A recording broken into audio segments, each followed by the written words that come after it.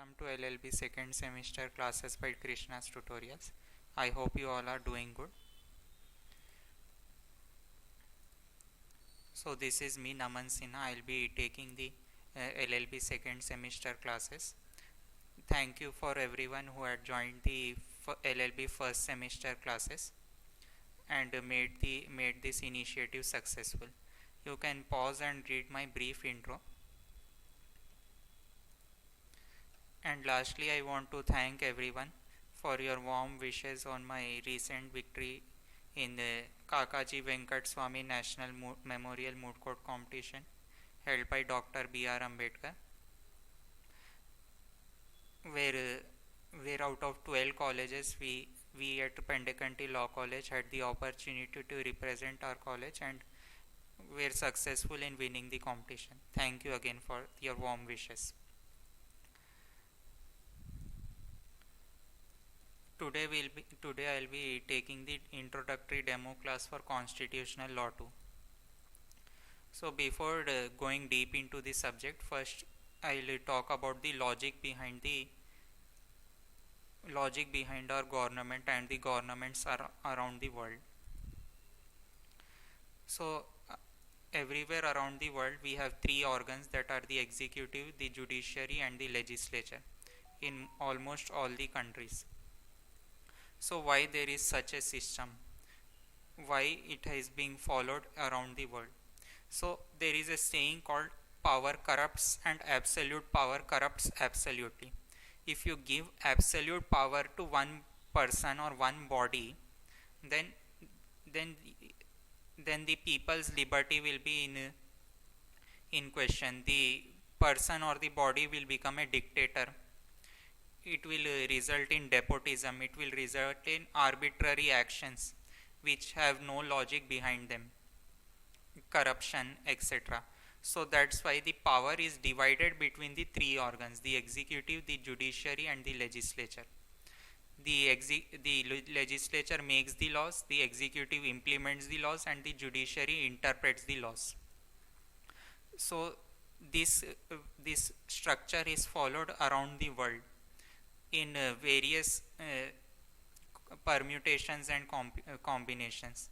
Somewhere the power will be greater with one body, somewhere there will be absolute separation, somewhere there will be a limited separation of powers. But this form is seen around the world in almost all the democracies.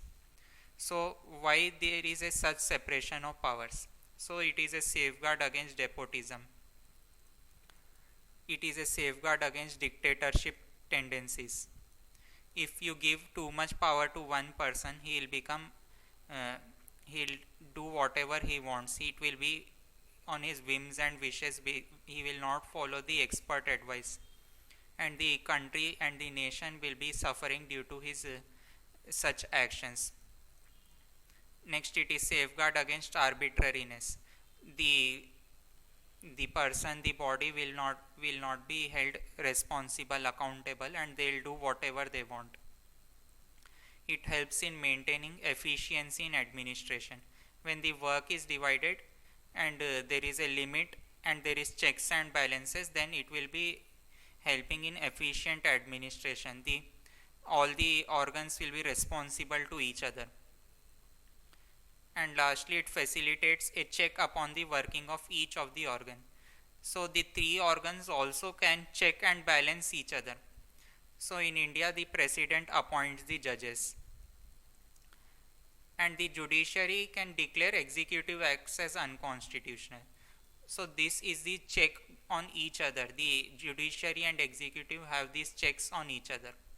Next, the judiciary can declare legislations of the legislature unconstitutional, and the legislature can impeach the chief justice or remove the chief justice or any other judges. This is the check on the checks of the judiciary and legislature on each other. Next, we have the executive president who can disqualify members, and the legislature and the executive is again responsible to the legislature and can pass no confidence motion and result in fall of the government. and the executive is responsible to the legislature. So in this way, all the three organs of the government keep a check on each other, they balance each other. So this is the way it has been functioning, and this is the way it has been functioning efficiently till now. So why it has evolved like this, why there has been why there is a separation of powers. So when legislative and executive powers are united in same person in body, there can be no liberty, because apprehensions may arise. So when the legislative and executive powers are with the same person, they will make tyrannical or bad laws, and then they will execute those bad laws in the same bad or tyrannical manner. They will not think about, they will not have any responsibility, they will not have any accountability. That is why the legislative and executive powers are not given to the same person. If the judiciary power is not separated from legislative and executive, the life and liberty of subject would be exposed to arbitrary control. The judiciary has the role of protecting the people, protecting their fundamental rights, and if the judiciary and the legislature are same, then it will not be possible. That's why we have the three organs, and constitutional law too mainly deals with structure of the government, how the three organs function, how they keep a check and balance on each other. So in constitutional law 1, we dealt with fundamental duties, fundamental rights, citizenship, directive principles of state policy, etc. But constitutional law 2 mainly deals with the structure of government, how our government is functioning, how our country is functioning. It deals with distribution of powers between various branches, that is the executive, judiciary and the legislature. It deals with the election process, appointment process. It prescribes qualification, it prescribes disqualifications, and also the removal process or the impeachment process for various constitutional posts. So how the election of president is to be done, how the election of vice president is done, how the judges are appointed to the Supreme Court, what are the qualifications for becoming a member of parliament, what are the disqualifications for not becoming a member of parliament, then what is the removal or impeachment process of judges, what are the removal impeachment process of the executive, that is president. All of this has been given in the constitution itself. Next we will be dealing with the powers and the functions and the limit on those powers, how all the authorities have the powers, functions, and the limits on those powers and functions. So the president is given a lot of power, how it is limited, what all functions the president has. Same in the case of all other executive, judiciary, legislature, what all powers they have, what all functions they are supposed to do, and the limits on those powers and functions. Next we have powers to be exercised in emergency situation. When there is a situation like war or armed rebellion, then the country cannot sit idly and do as it has done always. It needs to fasten the process, it needs to make faster decisions, and that's why we have provision for emergency situations under article 352, 356 and 360, which centralize the power, which remove all the slow processes which happen normally and help in the control of emergency situations. Next we will be dealing with the relationship between union and states. In India we have a federal form of government. So the relation between the union and the state, that is the center and the state and the state and states, the administrative relations, the legislative relations, we will be looking into that. Next we have interstate trade and commerce, how the trade is supposed to be done between states, what are the various forms of rules, procedure, etc. We will be looking into that. And lastly, but this is not the exhaustive list, so amendment procedure, how the constitution is to be amended, how new laws are to be made, everything is provided under Article 368. That contains the amendment procedure of our constitution. So the most important subjects of our constitutional law 2 will be the union government and the state government. That is part 5, articles 52 to 151, the union government, and part 6, article 152 to 237, that is the state government. The state government will be very similar to the union government except for some minute changes. So the union government will be dealing with the union executive. The union executive is the president, vice president, council of ministers headed by the prime minister, attorney general. So we'll be dealing with all these constitutional executive posts in the union executive. Next we have the legislature. The union legislature is the parliament, which consists of Lok Sabha, Rajya Sabha and the president. President is also part of the parliament because the laws cannot be passed without the assent of the president. And lastly we have the judiciary, the union judiciary, that is the Supreme Court of India, the apex and highest court in India. At the state level we have the governors and the ministers headed by the chief minister. In the legislature we have the legislative assemblies, and in some states legislative assemblies as well as legislative councils. So we have a different union executive and state executive, and different union legislature and state legislature. But we have a single integrated judicial system, a single integrated judiciary with Supreme Court at the top and the state high courts at the bottom. So we have a single judicial system, but the legislature and the executive are different from the union, and the are different in the union and state government. So we'll be dealing with all this. This is the most important part of our constitutional law too. So why do we have such government? So the most important thing is that the drafting committee, they accepted the view that council of ministers should be collectively responsible. So as we were under the rule of British, we have been accustomed to their procedure, and we have taken most of the procedure from the British form of government only. So in India we have a parliamentary form of government. What is this parliamentary form of government? So in India we do not have an absolute separation of power. The member of parliament will be the members of will be the ministers and the prime minister as well. So there is no difference between so there is overlap here. The member of parliament will also be the ministers and the prime minister, and they will be collectively responsible to the elected house, that is the Lok Sabha.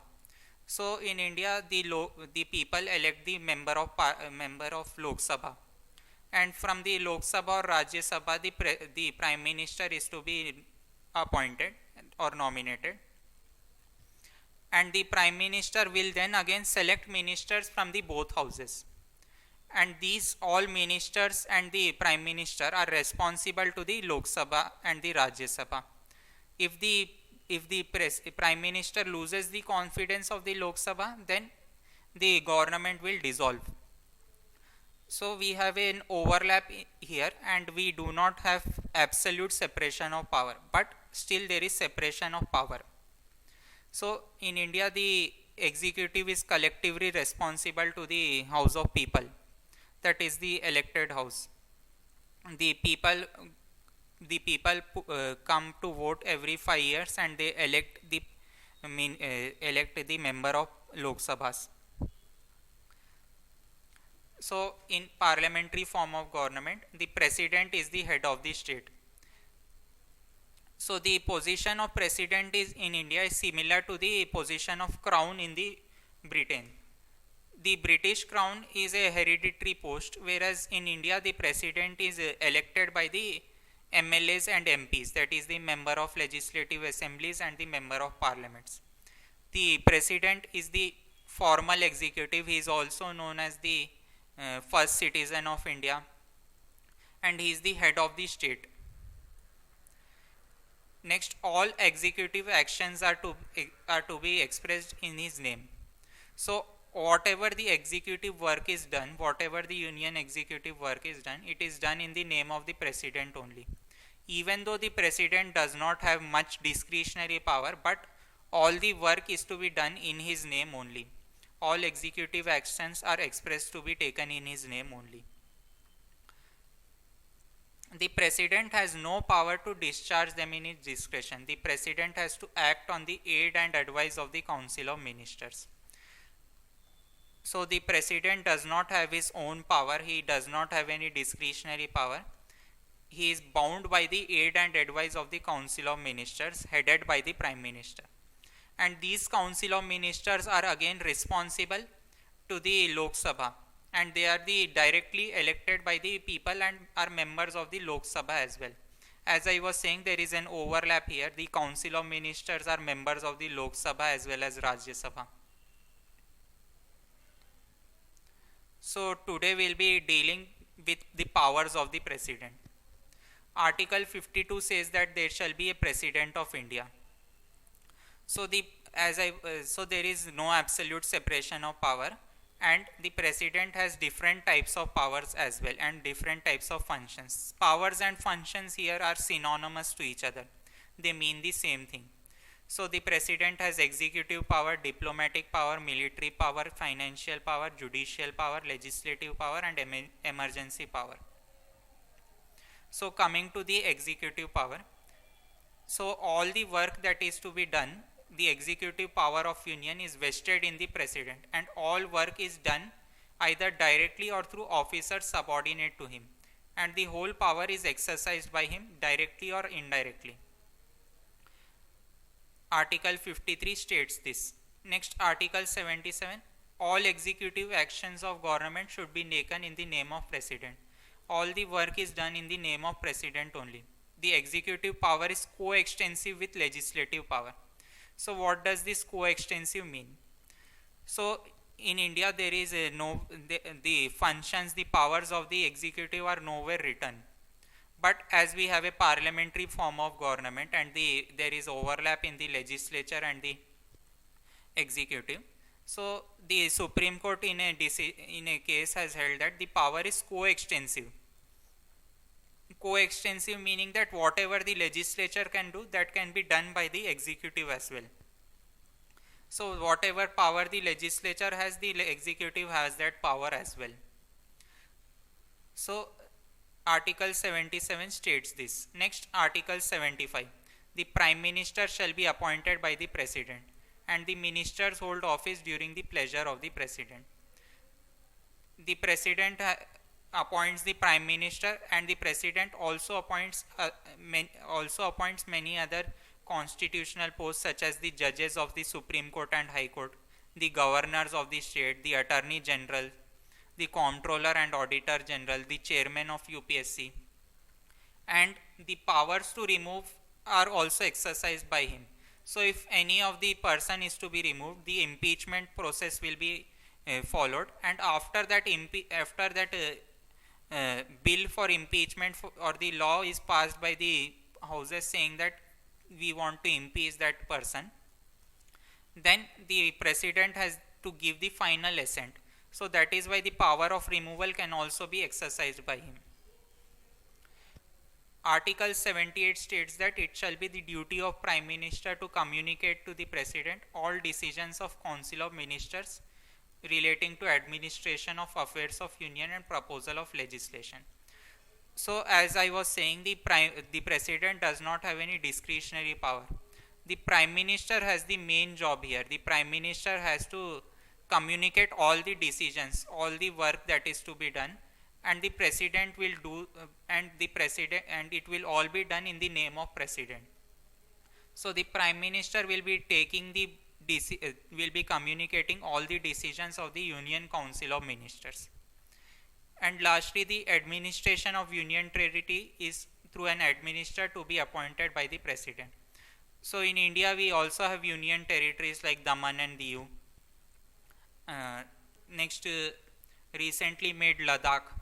So for all these union territories, there will be an administrator, and usually that administrator is lieutenant general, I guess. So those lieutenant lieutenant governor is also appointed by the president. So these were the executive powers, and I'll not be going into detail of the other powers, but I'll give a brief example. So diplomatic powers, the president has to meet all the ambassadors, all the he receives all the ambassadors of the other countries, he meets the diplomats, etc. And he is, as he is the head of the state, he also goes and visits other countries in his official capacity. Next, military powers. So the president is the first citizen of India. He is the supreme commander of the armed forces, and the president can, after a law is passed by the parliament, he can declare war on peace on any country in the world. So that is the military power. Next, coming to financial power.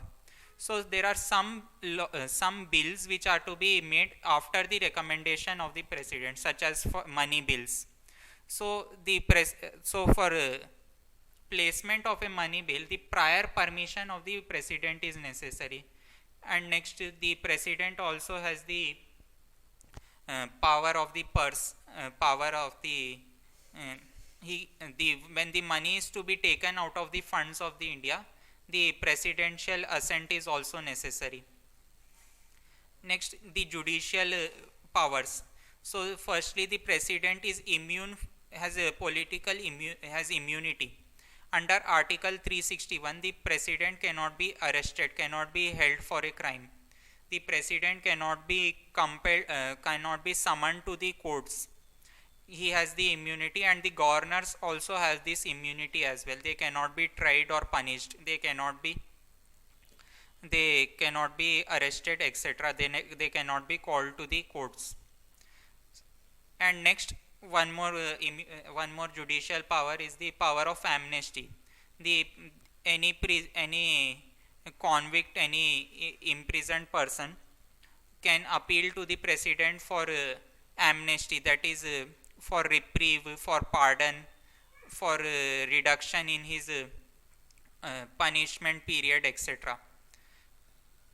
Most importantly, in case of capital punishment, that is the death, the punishment of death, the prisoners, the convicts, they will the last option for them is to appeal to the president.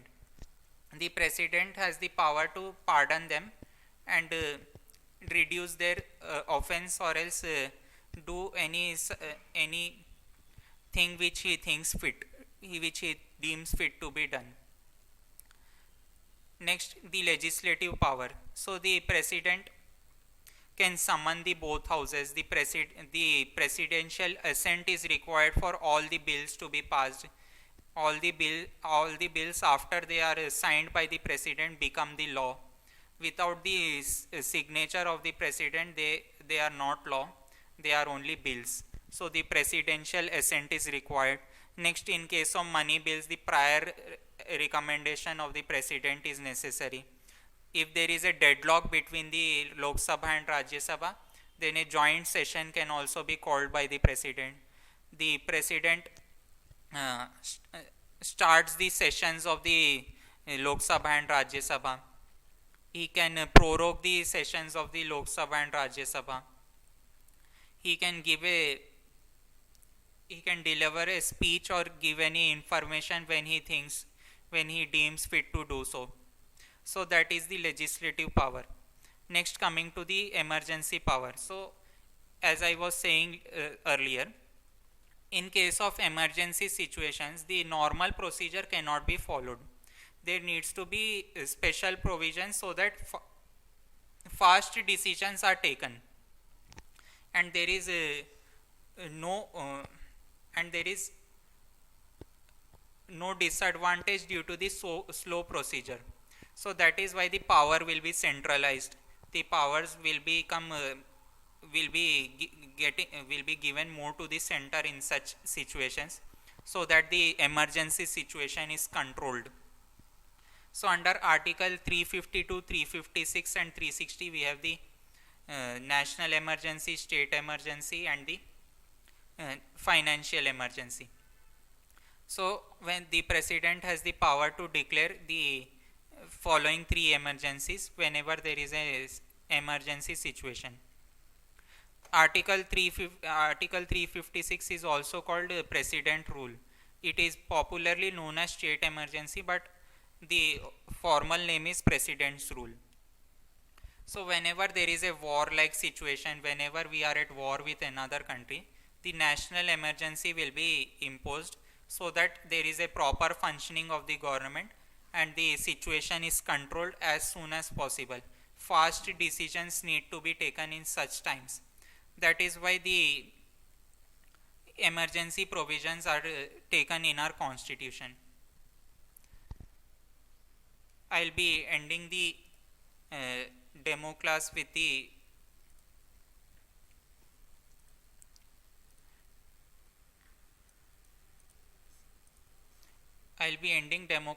a small by showing an app which is to be supplied to everyone, which is to be made available to everyone. So what happens in case of law subjects? So law is a professional course like MBBS, CA, CS, etc. The subject is endless. There will be new developments every day. The law is dynamic. It will change every day. And the law will be changing every day. And to keep up with this pace, to keep up with the new laws, and to keep up with the society, you need to by heart at a very large scale. You need to remember everything at a very large very large proportion. So that's why this app will be provided to everyone. This software will be provided. This software is used by all the professionals such as law students, medical students, CS students, as the subject knowledge is endless and we need to remember.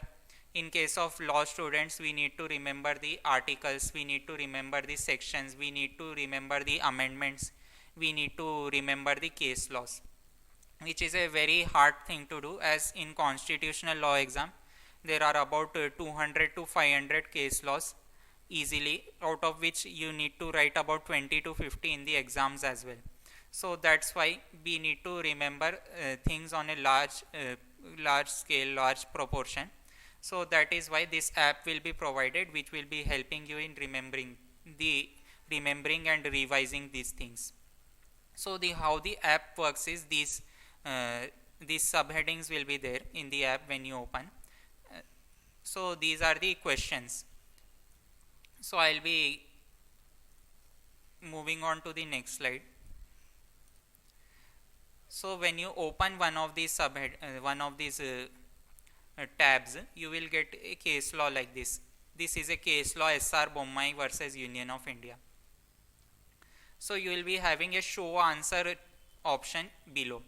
So when you click on the tab, it will give you a random question, and you need to think and answer the question by yourself. It is a very simple process. You will get the question, you think about it, you answer it to yourself, and after that click on show answer. The answer will be shown to you. Like here, state emergency can be imposed only when there is breakdown of constitutional machinery. This judgment put an end to arbitrary dismissal of state governments. So if your answer was correct, you have 4 options down here. So if your answer was correct, you can choose the good option or the easy option.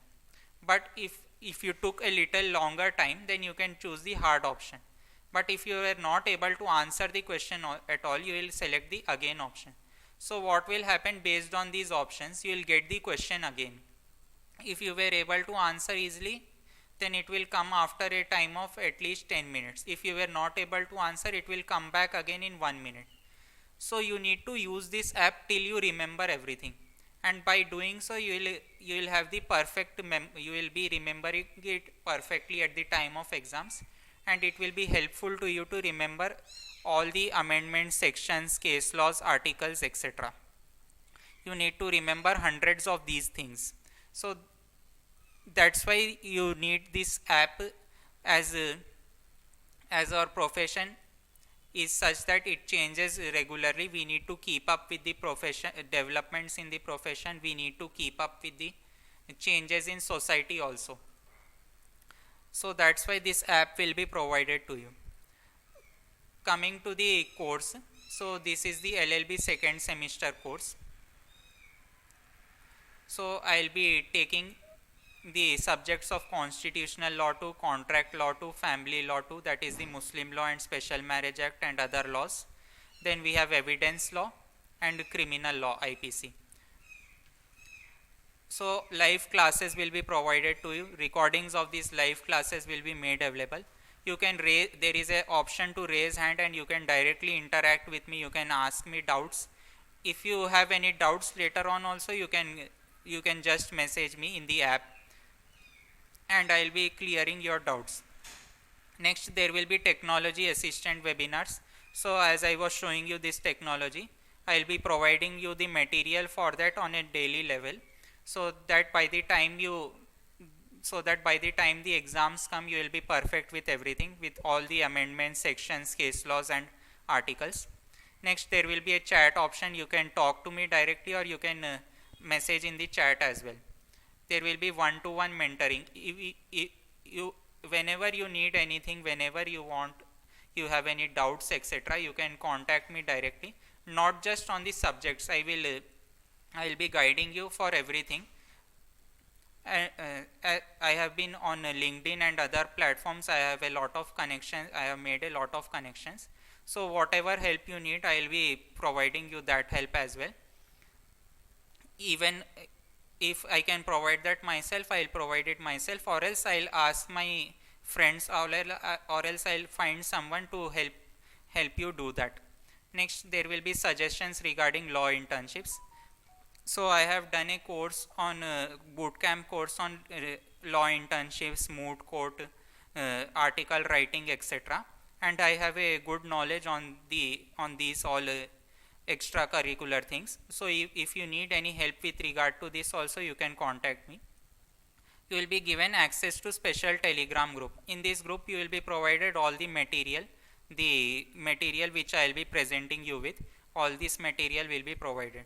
Next, you will be getting free soft copies material of the same in the Telegram group. And before in the law exams, there will be part C. Part C will consist of practical problems. This has happened, what to do. This has happened, advise me what to do. So like this, part C problems will be there.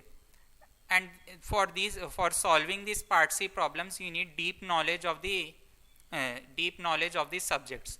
So before the exams, there will be discussion. There will be group discussion regarding the part C problem, and we'll be solving around 4 to 5 or up to 10 past papers also, past paper part C problems, so that you do good in the part C exam, in the part C questions in the exam. So this was the introductory demo class. I hope everyone liked it. Thank you.